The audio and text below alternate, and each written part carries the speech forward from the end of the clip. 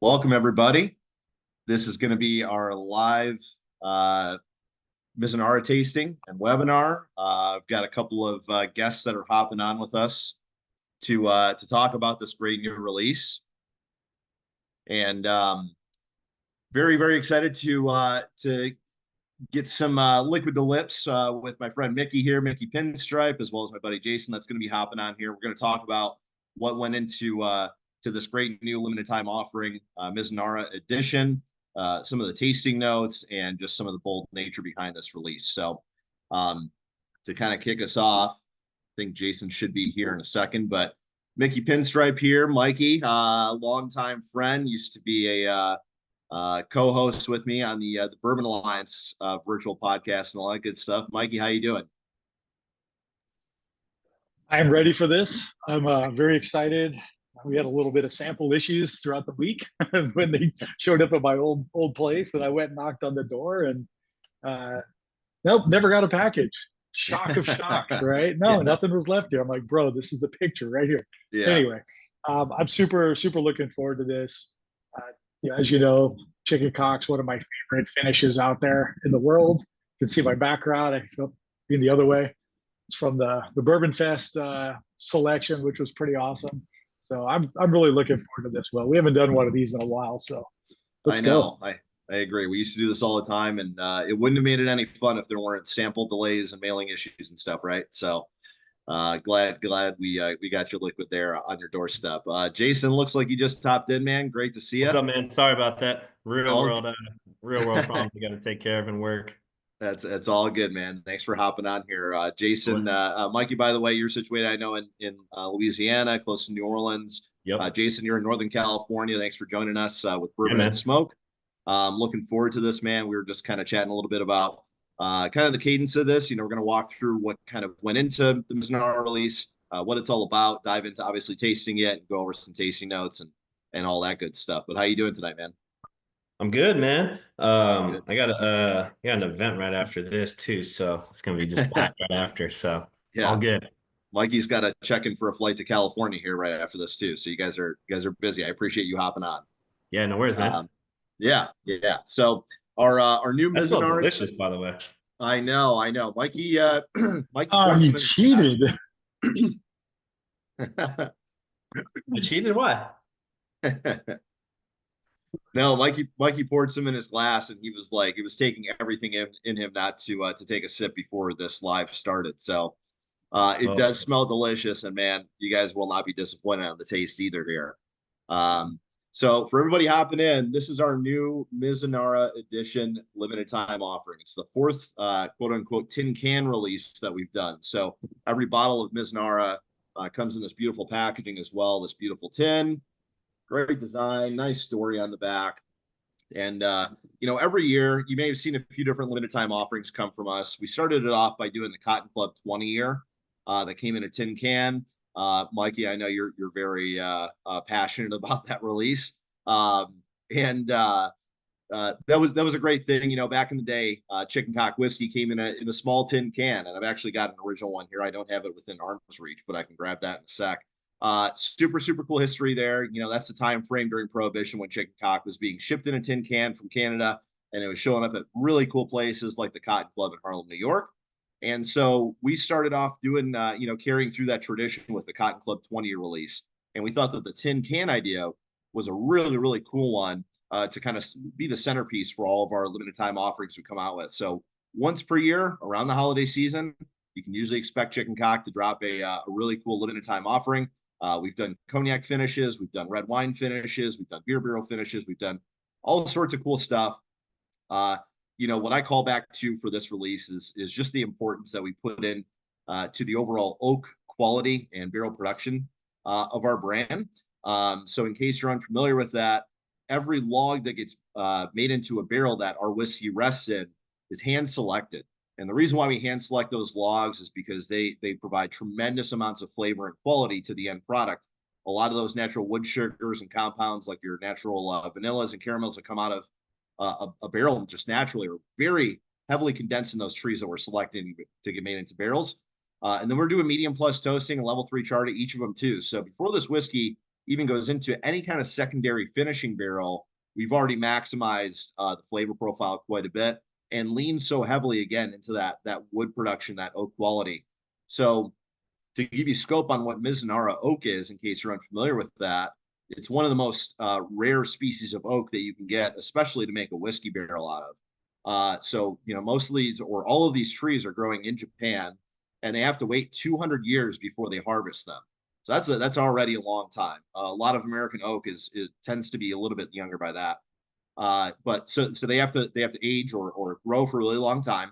The other thing is that Mizunara oak trees grow really crooked. So when you're going to make a barrel out of it, you want the tree to be as straight as possible, ideally. Mizunara oak, because it grows so crooked, again, is very hard to make barrels from. And for that reason, it's really rare. It's really expensive to do. But the flavor profile and what you're able to pull out of this wood is just phenomenal. So we sourced some barrels from Japan. We took our Kentucky straight bourbon whiskey, which is a high rye recipe, 70% corn, 21% rye, and 9% malted barley. And then dump that into those Mizunara oak barrels after it had aged already in the normal rick house. And man, like I said, I was completely blown away. This is one of my favorite limited time offerings that we've done personally. And just the story behind it is just so cool. The production process and the level of quality and flavor and depth that you can pull out of this wood is really something that it blew me away. I wasn't super familiar with Mizunara oak finish whiskeys. There's not a lot out there for those reasons I just mentioned. But I was really, really, really impressed. So we want to start diving into this, but I kind of want to talk to my couple of panelists here, Mikey and Jason, just about your experience with Mizunara oak, what you're kind of picking up on that nose there, and what you're kind of expecting in the glass after sniffing it for a little bit.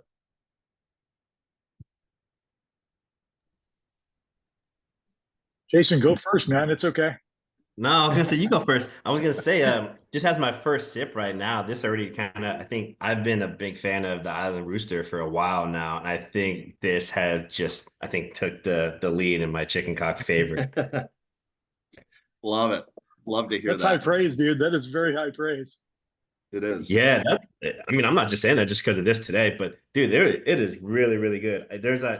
I keep saying raspberries. I get like a lot of little raspberry notes that really jump off to me from nose and palate to finish. Like it's a consistent like raspberry kind of jam for me. That oak though, man, it's really cool. The story behind it, and I've seen a lot of brands, not a lot of brands because it's not a lot, but people that are doing it right now are doing it with some really good whiskey that they put into, and they're not just trying to hide bad whiskey with a better barrel. Yeah, that's a really good point, Jason. It's one that specifically when I'm talking about our limited time offerings, that can be something that people pick up on. If it's their first time trying a wine finish or this finish, that finish. Sometimes those finishes can be way overpowering to the base whiskey, and we didn't want to do that. Some places may do that just because they know they have kind of a younger whiskey that they're working with, and they're trying to add as much flavor as possible. We put so much time and effort and thought into just creating our normal base bourbon that we would never want to overmass that with any finish that we do. So I think that our finishing time on this, as well as all the other LTOs, is just right on point, where you get the massive influence from those finishing casks, but it doesn't overpower it, right? It's just that nice accentuation. Appreciate that it's a high rye bourbon too. It's not just like a regular like bourbon, like a 70% corn, something like that. More of a very high rye. I think plays really nice with that Japanese oak. And Yeah. I think Mikey and I are big rye fans, so I think we appreciate that for selfishly. Very selfishly. Yes. Mizunara is tough because it's where bad whiskey goes to die. If you put bad whiskey into that barrel, forget it. It's cooked. I get Jason. I get a little bit of your raspberry too. I get a lot of toasted coconut and some French vanilla on it, and it is different. French vanilla is definitely different than just regular vanilla extract. I mean, this smells so good. There's so much going on. I've still not had a sip yet.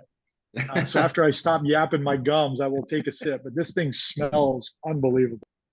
Yeah, it's very fragrant, and it's not a bad like overly like perfumey fragrant. It's just something that really is that's why you have to take a sip. You just want to keep going back to that nose because you keep going. And I agree. There's some more flavors each time. You'll get a little sniff out of it. Hmm. Yeah, and I know all too well from experience that Mikey will be sniffing his glass until the last 3 minutes of this webinar, and then he'll finally take a drink, and then and then we're off to the races. But now, I did just take a sip, but I won't do it again for a while. right. I'm with you guys though. I could revel in the nose of this whiskey. I could hide out here, man. I want every candle in my place smelling like this glass right here. Just Hey, the Will, what just was the age statement before it went in? We put in whiskey that was close to the 6 year mark Okay. on this. We started throwing down barrels at Bardstown Bourbon Company in 2017, 18. So that's kind of some of the older stock that we're working with. Again, what I preach upon too. For people that are curious on age statements, a lot of people are looking for the older stuff. The 10, the 12, the 15 year, which is obviously very seldom to come by. It'll get better soon, but due to all the quality measures that we put into our barrel production, we're maximizing flavor output far more than any other standard bourbon might be, going through the same process with just a level 4 char barrel, just normal standard white oak. Those hand selected logs, that medium plus toasting, everything that we do is going to make this whiskey taste more mature than what it is. And again, it's not that a 6 year is anything to turn your nose up at. But our whiskey definitely tends to taste a lot older than it is. And so this Mizunara just added so many different layers to it, some of which I love are like the exotic wood spice, just the mouth feel. It's really viscous, kind of coats your whole palate. Just loving this thing. What size of batch is this? Barrel batch? We only did a 10 barrel run. So Okay. that's a very good point to bring up, Jason, is we only did a 10 barrel run. It's the most limited time offering that we've done, not to say limited too many times, but it is definitely rare. Usually, historically, we've done 20 barrels, 25 barrels, that kind of deal. But because of this, just the nature of how rare Mizunara oak is, we weren't able to output so much. But I love that, right? It's a rare gem. It's going to cause you to sip it slowly and bring it out for special occasions and stuff. But I like the exotic wood that really kind of does emphasize that makes sense. Almost like in a really good way, not a bad way. Like I get like a red hot tamale on that. Like there's that nose that really kind of is there. Just a little bit of air. But yeah, I agree. Like with Mikey, I get like that vanilla bean, like not cheap vanilla, like good vanilla, like not artificial vanilla, because there's a big difference when people say vanilla. It's like, no, like it's not, cheap vanilla. It's really good, like fresh vanilla. yeah, yeah, I love that. There's so many things that as you continue to just sit there and sniff that glass that are going to pop out, and as you taste it too, I notice something different every single time. One of the cool pieces, kind of tying back to our history, helping write the copy for the back, was just thinking about the fact that again, Mizunara oak trees have to grow for 200 years until they're harvested, and that means that these trees that made these barrels were mere saplings when James A. Miller started the Chicken Cock Whiskey Company. So it's something really cool to think about, that these trees were floating around out there in Japan for that amount of time. But just beautiful too. And I love the packaging as well. I don't know about you guys, but I think this is probably my favorite tin that we've done. The artwork is tremendous. Our designer Allie knocked it out of the park with that, and it's fun to look at. It's great to drink. It throws you back. You sit there and take your time with it, man. I It's know it doesn't change the quality of the whiskey, but I do love the old school decanter look. And I remember the first time I met you and you brought some of those old decanters, and then like how you guys stayed with that tradition, yeah, and then putting it in that case. They're beautiful, man. Like I'm one, I don't know about everyone, but I do love boxes in the cases that whiskey comes in. Like keep it in that. Like I'm not gonna throw them away. Like I think that's yeah, part of the story of the bottle. right. No, for sure. We have so much to be thankful for. From the old days of Chicken Cock, and the beautiful bottle design that they started coming out with the chicken wire on it during Prohibition. The fact that they did the tin can thing, we have to be so thankful for our packaging, because again, it's so influenced or mimicked from what it used to be. But that's one of the most standout things with our brand is obviously our name is going to stand out, but that packaging and then the liquid inside obviously is going to be the biggest credential of all. But yeah, I love it. I love that we change up the design every single year on these, and they just become super cool to collect and admire and all that stuff. So I do want to grab. There's Go a ahead, lot Mike. of toasted marshmallow on the palate. The finish is really soft, but it's a long finish, and Yeah. it's not that traditional Kentucky hug. It's just a slow build. And that Yeah, toasted it's a slow linger. marshmallow, I totally agree with it you. just sticks. Yeah. Yeah. And it's there's like it leaves that oily concept in your mouth and kind of slow drop, like almost like a drip coffee style. Where like, man, do I need another pour? There's a lot of oils going on. You're absolutely right, Jason. 100%. I will not use the term mouthfeel, but it's yeah, it really it represents well for what it is that you're trying to market. Like this lives up to what the bottle looks like. It lives up to the tin. Like this is really nice. Now, is this first available just for the members, right? So yeah, so we do have some bottles available on our website. And we're running a cool little promo for the participants that are in here. If you would like to get yourself a bottle of our new Mizunara Oak Edition release, we are offering free shipping code that's valid through the 17th. So you got about a week to use it. The code is Mizunara 11. So that's Mizunara 11. And we can drop it here. All right, why 11? Yeah. That's a good question. It's just a cool number. So I'm going to drop that in the chat right here. Make sure to use that if you'd like to purchase anything on our website for free shipping. But yeah, I just went and grabbed that old bottle and tin, Jason, now that you got me talking about it. So this is an original bottle with the label and an original tin. That's so cool. Chicken cock from Prohibition. And so you can see where we got the influence from. There's no disguising it there. But so amazing. Again, some people might like the additional packaging, the boxes, the tins, what have you. I love it because I wouldn't have this if they wouldn't have done it 100 years ago, right? So it's that special commemorative packaging that the bottles may get lost, they can get shattered, they can. Is that a screw top on that? Yeah, it is. That's so cool. Yeah, it's got chicken cock right on the top cap too. No, on the tin. Did I see a tin have a cap? No. So the tin has no top. Oh, okay. Because you would pull a key off from the top. You might have cap. had that bottle in when I saw it. Okay. Yeah, you have to cut around the edge of it and then take the top off. It was like a can of tuna fish back in the day to prevent smugglers from drinking the whiskey and filling it back up with tobacco spit and all that good stuff. So fun times.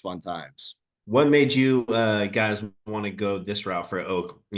Thank you for not going Amberana, because that's another trend. Thank you for not doing that. Yeah. But what made you guys do this? Was there something that it was like A or B, or was your direction always going to be Mizunara? Yeah, we had plotted out to do Mizunara specifically for some months, knowing kind of the backstory, a little bit of the rarity, the cost, all that kind of stuff. We had to keep that in mind. But we said, okay, well, let's do it, but let's make it just more limited, right? So let's do a 10-barrel run instead of 20 or 25 barrels. But specifically with Mizunara, again, it's such a unique type of oak. And with the emphasis that we put on our American oak that we use to age our bourbon and rye in, this was just sort of a natural thing for us. We had done wine, we had done beer, we had done cognac. That's not even the tip of the iceberg when it comes to finishes, of course. But Mizunara oak is kind of just like this elevated, well-revered, respected species that we wanted to work with, given, again, that elevated oak process that we go through with our barrels. So Mizunara was just a really great option for us. Candidly, our master distiller had never worked with Mizunara oak before. So he had to lean on a bunch of industry people who had, and kind of find out, okay, what do you need to do to kind of get these barrels ready, and what's the how long are you typically aging them for? What areas of the rick house do you age these barrels in? That kind of stuff. And you got to swell the barrels 3 times with water. Do all this crazy stuff that you might not have to do if just a normal white oak barrel shows up at your door.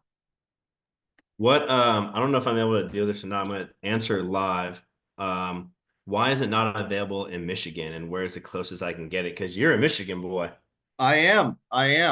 No, it is indeed available in Michigan. The thing you got to keep in mind is that it's not going to be at every single liquor store you walk into. So, just given the limited nature, each state got its own little bit of allocation of this. I know of a handful of stores in my area. I'm in the Metro Detroit area. So, if we can maybe collect your info, and then I can get you some specific locations to go. But yeah, I know it's definitely here in Michigan. It's just going to be a little bit harder to find, but we can help point you in the right direction. So let's get in touch. That was from Eddie. Eddie, thanks for the question, Eddie. Well, what's the MSRP on this? What should we be MSRP, looking for? Yeah, so those who are looking for it, it is $249.99. That's the suggested retail price on it. Obviously very, very limited 10-barrel run, very rare species of oak from Japan. We're not going to recreate this. It's worth every single penny. This should be your slow holiday sipper. If you're out there looking for the best gift you could ever get somebody above and beyond, obviously finding a bottle of Mizunara would be a super big treat. We do expect this one to run out pretty quickly, given its allocated nature, the tremendous flavor that it has, its limited stuff. So good question though. And like I said, if you want to shop on our website, we do have limited amounts available. You can get free shipping with the code Mizunara11 on chickencockwhiskey.com. So in terms of the proof as well, I wanted to ask you guys about this. So this is 105 proof. I know that you guys dance around and everything from the highest of highest barrel proofs to the lower proof everyday stuff. So the 105 proof, do you think, does that complement sort of the flavor, the complexity, everything like that going on in the glass? Would you wish it was a little bit higher proof, a little bit lower proof, or do you think it's just fine where it's at? I'm going to answer 2 ways and see if Mike agrees. 1, I would have assumed it was higher. And 2, I think it's perfect where it is at 105. I'm a fan of for a high ride bourbon, more like a 97 to 107 is I think a good high ride bourbon. So I think you're right in the ballpark for sure. I would have guessed higher though, to be honest, but I think it's great right where it is. I think if you would have tried to go higher proof, you might have overpowered the wood or fought against the wood. But yeah, I got no issue with the proof. Yeah. Mikey, how about you? Yeah, I am drinking more and more things that are sub 115 these days.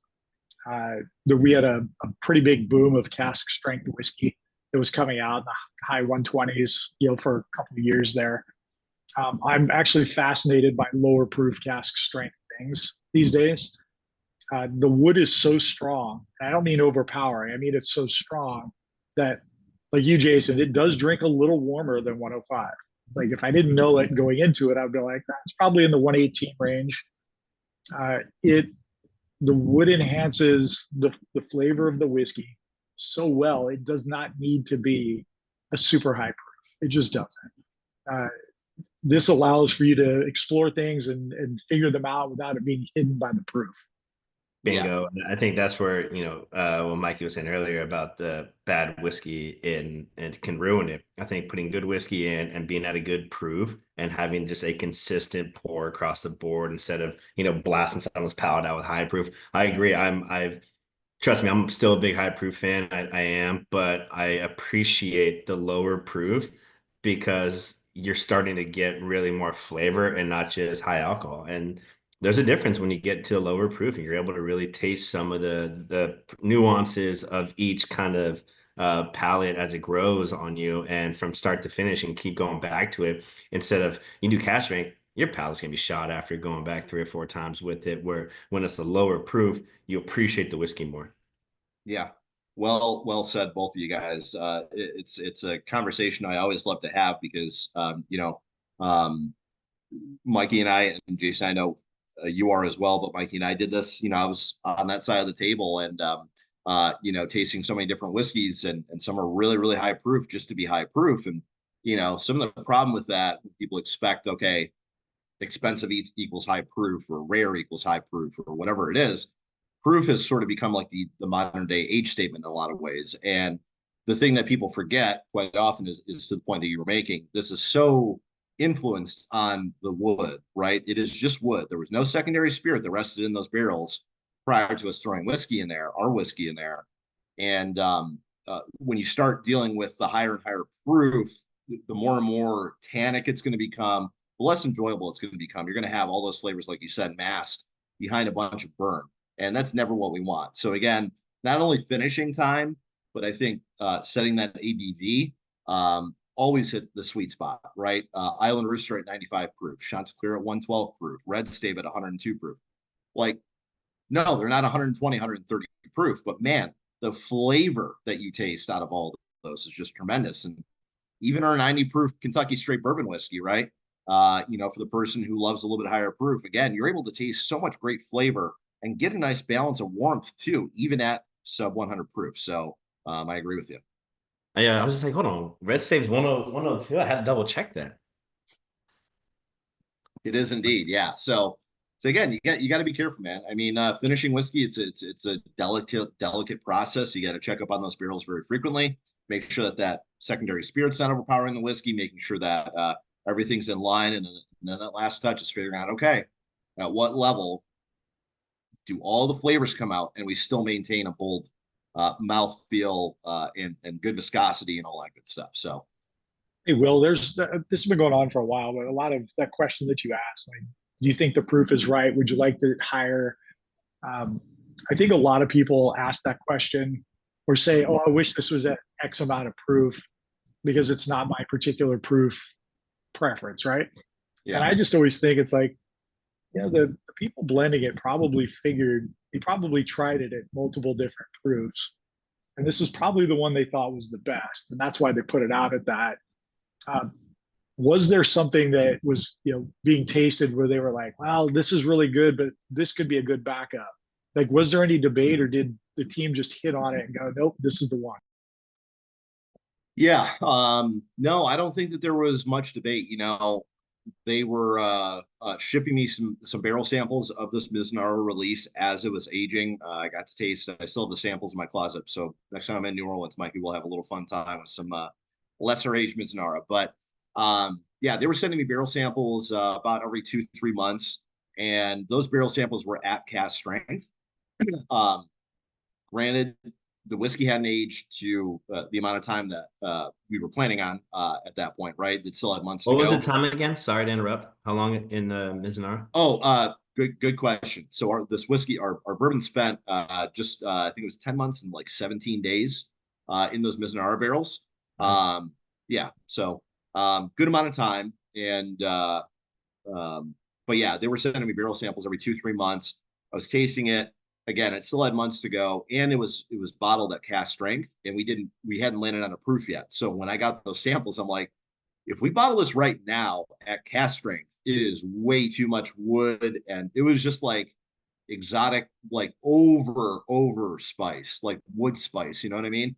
Just not very enjoyable. So um, I definitely see why we cut it down from the 127 proof they sent me at sampling time all the way down to 105, because it's going to cut through all of that over bitiness from that wood and everything else and let those flavors shine through. So, again, I trust Greg, and I know that, he knows when to turn the oven off, so to speak. And he did it right at the perfect time with this. One thing I noticed too, like with that finish, you start getting after like it really kind of goes down a little bit. You really there's a dryness factor that comes out a little bit. You getting that, Mhm. Mikey? And a It's good, dry, I'm but not not, saying it's a but bad yeah, drying. it's not overly tannic, but it is dry. It's not Yeah. quite like Stag Junior where it sucks all the moisture out of your mouth. Yeah. But you're right. Like, it is a drying, it's kind of like, It's slow though. It develops. It It takes a is, yeah. while for it to like kind of go through its course, and all of a sudden, like you don't have a pour for a couple minutes. You're like, man, I need another one. It's Yep. dry. Yeah, it's definitely got some baked in incentive to have another sip. Yeah. Yeah, absolutely. Now are you guys a little bit more well versed in some Mizunara oak finishes that you've had? Not to get any specific brands, but just kind of what your overall experience has been with Mizunara. Does this drink in any different way? Does it add more spiciness? Does it have more character than some Mizunara you've had, or any other things that are jumping out to you? This is a little more spice on the finish, but the Mizunara that I had has been a Scotch, so you're gonna get a lot less spice anyway. Sure. But I think this has a little more spice, but a welcome warm spice, nothing that's like overly spicy or turned off by any way. It's just more. I think that's the Mhm. best way to describe it for me at least. I've only had two other of this style or this cast finish. But this one's really up there with one of my favorites out of it so far. Thank you. Yeah. Thank you. I This appreciate that. this plays for me like French oak does. I really love French oak. Like it's Mhm. something I've been really enjoying. And the innovations coming out with barrel finishes and stuff are really exciting. I think it's a great time for whiskey. I think this Mizunara, like bad whiskey didn't go to die here, right? This was clearly well thought out and well executed, and it's a really good flavor. When I get off this call, I will be ordering a bottle myself. It's one of those things. Yeah, 249. It's 249, but this isn't something I'm going to have four glasses of in a night. Like this is Yeah. something I'm going to have one pour with. I'm going to start my night with it, and everything after it's going to suck. Like that's just the way it's going to be. Did to Mikey's credit, though, man, I agree. Like good whiskey and a good cast finish is going to create something that's worth people's money. If you're going to put money into something that you're not just going off the hype of the wood, you're or whatever that finish is, and you're not trying to, throw in a bunch of crappy whiskey or barrels that might not have been favorable in a panel or whatnot. So you have a winning, team of good whiskey and a good barrel finish, and the product stands for it. Mhm. Thank you both so much for that. Yeah, I like I said was blown away. After getting those barrel samples, trying it at the 2 month 3 mark or 2 month 3 month mark, not knowing where that proof was going to end up. I wasn't sure. I'm like, is this going to be way too much wood? Is it going to be this heavy in those crazy spices and stuff? And it was amazing to see that transformation occur over time, and to get to that over almost 11 month mark, to crest that and then taste the whiskey proof down to that 105. Was just blown away by the amount of layers that were added to our base bourbon. And I agree with you, man. We're not in the game of trying to mask what our whiskey is. We want every single component of that to shine through in every release that we do, and this proves that. So thank you again for the kind words. So I'm super excited about Mizunara, man. It is one of my favorite releases that we've done. Definitely, one of my favorite LTOs that we've done. And I just think that to your point, Jason, kind of going off the script, not going with the trendy barrel finish type thing, going above and beyond to seek out sort of the different, what's different, what's really going to elevate our whiskey take to another level, and help us craft a really cool story, right? Lean into that rare exotic wood factor, lean into the Japanese factor, just lean into all the different flavors that Mizunara Oak brings to the table. So, yeah, this is one of my favorites. The color too is really, really nice. It's not overly super dark, but you can definitely tell between our standard Kentucky straight bourbon and what's in that glass there. Just a beautiful color right I'm gonna there. say I'm disappointed the chicken wire wasn't on this small. Just gotta throw it out there. I know. We'll work on that. We'll work on that. But yeah, I agree. It's my new flask though. Yeah. True. Yeah, they are handy little sample bottles. They're great. I appreciate the cork too, so it's good. A good cork. Yeah, Yeah, not just yeah. a screw on. That's Hey, Will, those are the how bottles. did Go ahead, Mikey. How much did Greg put out? Because we know, if you know Chicken Cock at all, you know Greg loves to talk about barrels and wood and leaving it outside so it can age and all that. Like, how bad did he nerd out on this? Pretty bad. In a good way. Again, going back to Greg's massive experience and being the master cooper for Brown Foreman and all those kind of cool things. The man just knows wood. He just knows what makes a great barrel. He knows what makes a great log, all this kind of stuff. And so it was really interesting talking to him about Mizunara oak. And it's like, had you ever aged whiskey in Mizunara? He's like, no. So again, calling back to he had to depend on a bunch of industry pals that had aged whiskey in Mizunara to kind of figure this out. But he was very excited to kind of see how is this going to morph and evolve, and what's the finishing time going to look like after 5 months? Is it going to be overpowering or too subtle or right in the middle? So I think he was just as much intrigued as any of us were to find out how this wood finishing was going to impact the end flavor of our bourbon, and it came out to be tremendously in the best of ways. So I know that he had a very fun time working with it. I know, like I said, he was telling me he had to swell the barrels up with water a bunch of different times and stuff. So it's stuff he's not having to deal with on a normal day when he's working with the normal style American oak barrels. But I'm sure Greg has learned so much in his 46-year career that it's probably hard to find stuff that he is unfamiliar with or something he needs to get classed on. And Mizunara oak was one of them. So, but it turned out great. Again, when it comes to handling the barrels, finding out the best ways to age them, what rickhouse swore to put them on, swelling them up, whatever.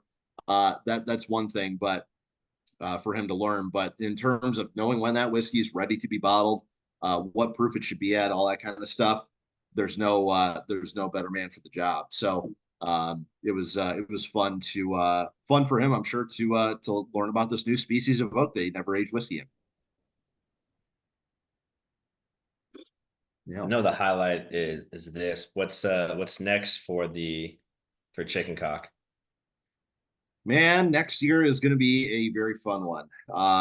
We are we're doing a lot of looking into some great releases that we've got our eyeballs on right now. Is when we're in the planning phase of what we're going to do for next year. In terms of maybe coming out with a special new release mid-year, as well as doing a holiday release. That's something we've been talking about, and we're working down to nail out some details on that. So I'm very excited because I get to play a little good hand in the development of that kind of stuff. And I'm telling you right now, we're going to have a great whiskey at the end of next year to come back on. So we'll do this again when that time comes and give you guys a sip. You see how he really dodged that question, Mike? He didn't really tell us anything.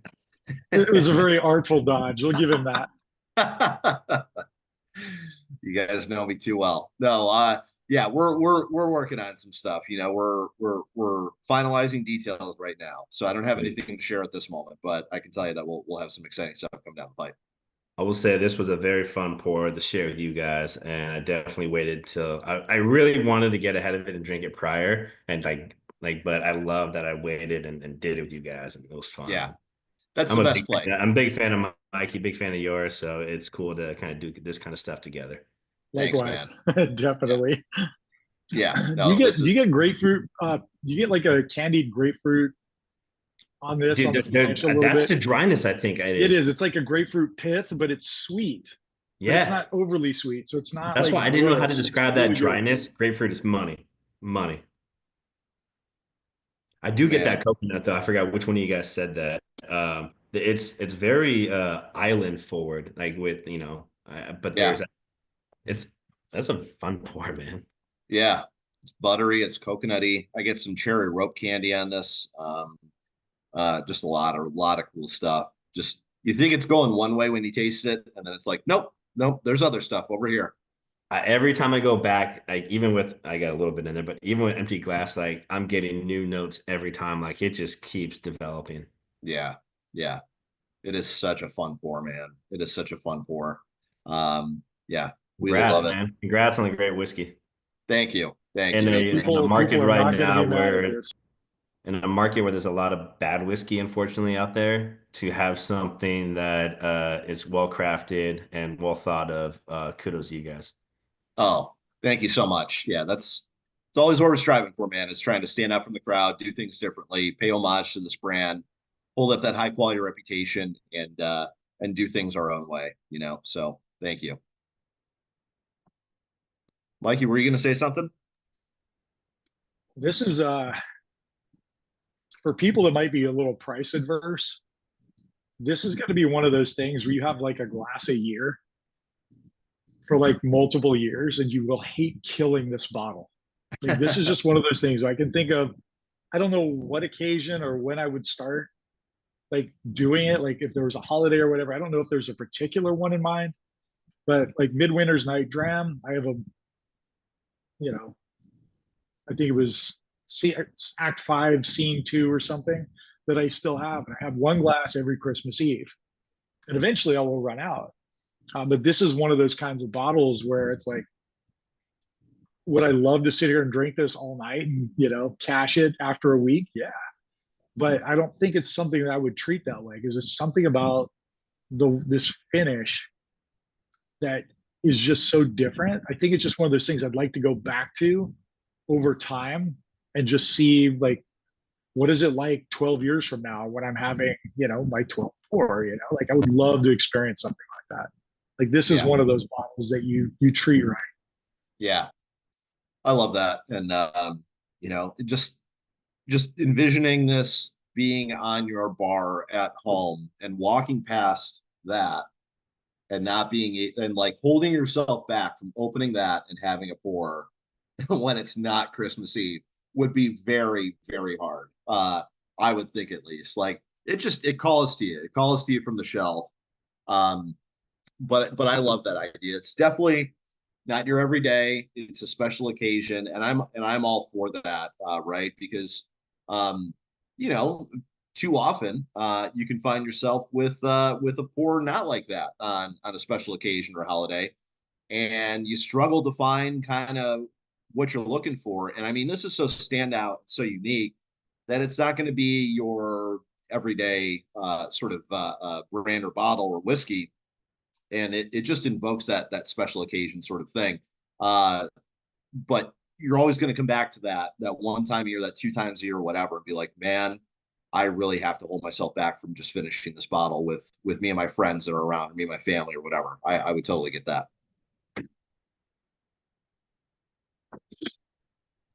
I'm trying to think. Jason, can you think of anybody that this wouldn't work for?